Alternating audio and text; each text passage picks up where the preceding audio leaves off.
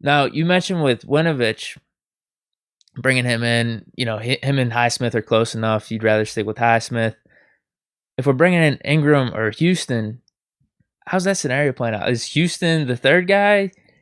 I feel like either one of them could probably still start. Justin just started 16. I feel like he's slowing down, but he still was out there for 16 of them. That's what I mean. Is signing them a similar scenario as us bringing in Winovich? Maybe that's why we haven't done it yet. Yeah, well, put it like you can make the case for that also, just because with those type of guys, you could say, hey, they're going to be the starters. Obviously, TJ, Alex, you're staying in your third role. But you also could say, well, Alex, we want you to be the starter. We want you to play base downs.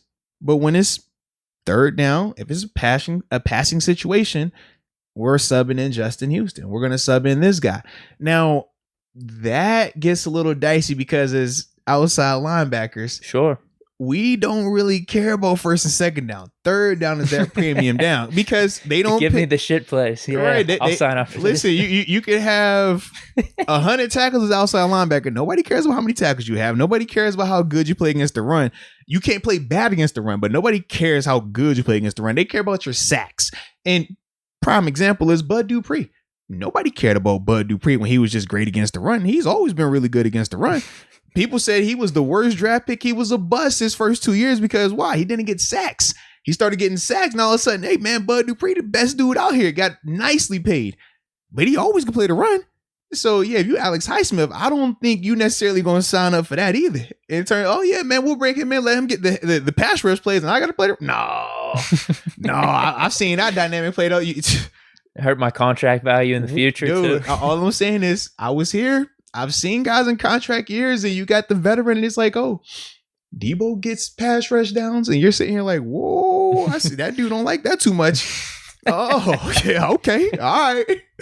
You be sitting here like, well, you know what? We just gonna never get in a pass rush situation. How about that? Contract negotiations. Hey, where are your sack numbers at? Seriously, man, you were great against the run. You were awesome in your role. Yeah. Unfortunately, we can't pay you this due to your low sack numbers. But just when we look at these other pass rushes and what they get paid, you just not, your numbers don't add up. But what about these run numbers, coach? You said I was great against the run, man. You put me in. You got a special package for me to come in on run plays. We won't pay for that though. So yeah, man. If you're Alex Highsmith, baby, nah, buddy. Don't you sign for that. Wow. So that could be a reason we haven't signed anyone yet. If they're saying Highsmith, you're our guy. Yeah. You making that move wouldn't really indicate that. You'd be like, hey, no, we're looking this way, we're looking that way, just in case you're not the guy. Yeah. But we need depth. I don't care. Like, we need to bring in someone. I don't know who it is. In depth guys. It's just when it's guys like Justin Houston who've been so successful last year too.